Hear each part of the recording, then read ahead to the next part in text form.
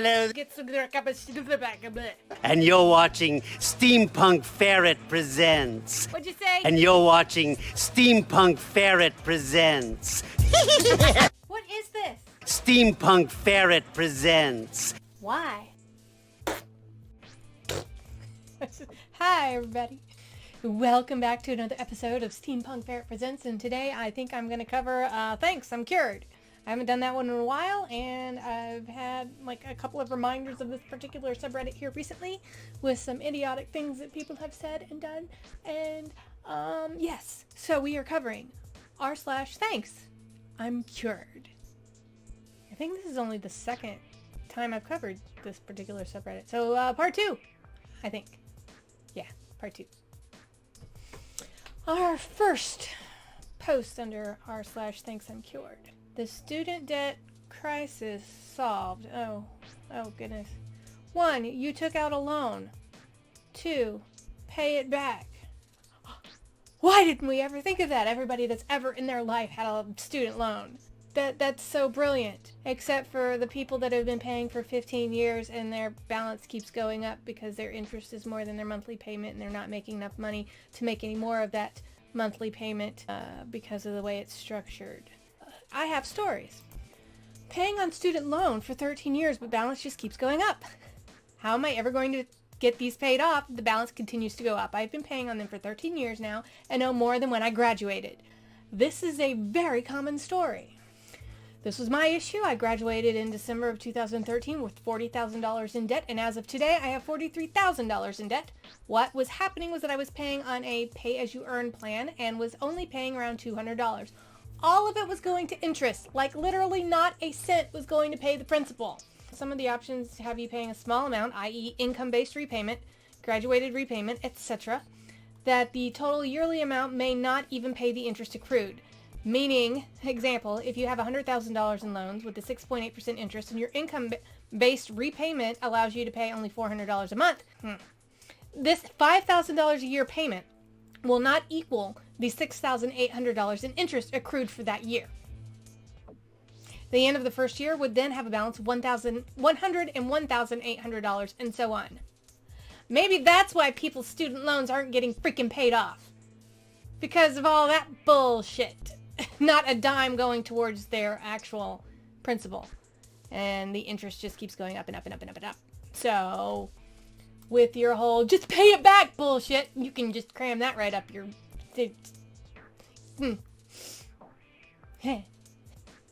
Found on Facebook. Cure anxiety with pretzels. Really? The answer was pretzels all along. And here I thought Prozac would help. And therapy. It's always been pretzels. Damn it, I cannot have gluten, so therefore I cannot have pretzels. I'm pretty sure there might be celiac-friendly pretzels out there, but I bet they don't have the cure. I bet the cure is gluten, and I can't have any of it. That's why I'm so freaking anxious all the time. So much anxiety. Because I can't have gluten. Frickin' I just tried a thing with the sensor thing and the buzzing, and I don't like it. So that's probably the only time I'm ever going to do that. Apparently this was found in a comment section. Mental illness isn't real. Suck it up and take a walk like the rest of us. If you all weren't on your phones all day, you wouldn't be so depressed. 5G is getting to people! Ah, yes, the newly invented depression that came along right as phones and 5G was invented, because before that there was not any kind of depression whatsoever. The phones and the lack of taking a walk is what has caused the depression, is what I'm getting from this comment. Put your phones down and go for a walk. That's the cure. Okay? I don't know where that came from. Depression is hard. Feels like a rut I'll never get out of. Feels like I'm not going anywhere in life. Are you eating gluten-free? Yes, and it's not helping shit! Damn it! We already have universal health care. It's called owning a gun. I literally can't figure out what this means. Neither can I. I didn't even know this could help me. I'm going to shoot the autoimmune disorder out of me. You have the flu. Like hell I do. You broke your leg? That's it. We gotta shoot him.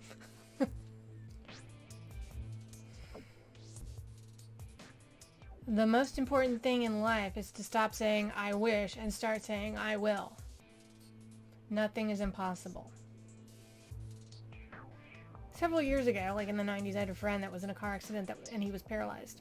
Just a few years ago, he, in his wheelchair at the top of a flight of stairs, fell down that flight of stairs and died. This is the most tone-deaf, inspirational comic I think I've ever freaking seen. I'm not inspired. This is ignorance right here in its full glory. I'm getting more and more washed out as this video goes along. What the hell? I'm not getting paler, I don't think. What? You can't see my face. Well, that helps a little. Okay. Why didn't I think of that? Posted in an office bathroom stall. Because so much wisdom is posted in an office bathroom stall, or any bathroom stall, really. So much knowledge and, you know, life tips. Nicotine is a powerful drug, so quitting smoking is difficult. I know from experience, that is true. Here are some tips for quitting smoking. Okay. Quit. Allowing yourself even one cigarette could sabotage your effort to quit. Brilliant! Yeah. Why didn't I think of that? I could have saved so much money with Chantix. This shit's expensive. I quit smoking right before a very pertinent birthday. And it was not easy, and I had to use Chantix to do so. So, yeah. I wish I'd known this. I could have saved so much money. Like $200 a pop for the freaking Chantix. It's so simple. Just quit. Just don't do it ever again, because that's all there is to it. I know, it sounds so simple in your head if you've never had an addiction. As far as non-smoking, I have an addiction, sir. Holy shit. Okay, I'm sorry. When I quit smoking 3 years ago, 3 or 4 years ago, Chantix was about $200 for a month's supply without insurance. And I was just curious and looked it up just now. $693.99 without insurance. They don't want you to quit smoking, apparently. freaking America and our healthcare system. I'm sorry, $700 for a month's supply of medication that's to help you quit smoking. That's holy crap on a cracker. I had to save to quit smoking. And people say, well, you know how much it costs to smoke. Well, yeah, but you're not paying that money all up front to buy something to help you stop smoking. You're buying it like one pack at a time. If you could pay for the Chantix like one pill at a time, the way you do with a pack of cigarettes, it would be a lot more successful, I'm sure. But $700 for stop smoking drugs? It's stacked against us. Okay, anyway. Didn't you know that pizza causes anxiety? What? No. Oh, apparently this was a chat or conversation. He tried to have a talk with me when I told him about my anxiety, and he said he gets anxious if he eats greasy food before going to bed, and that I should eat less pizza. He thinks heartburn is anxiety.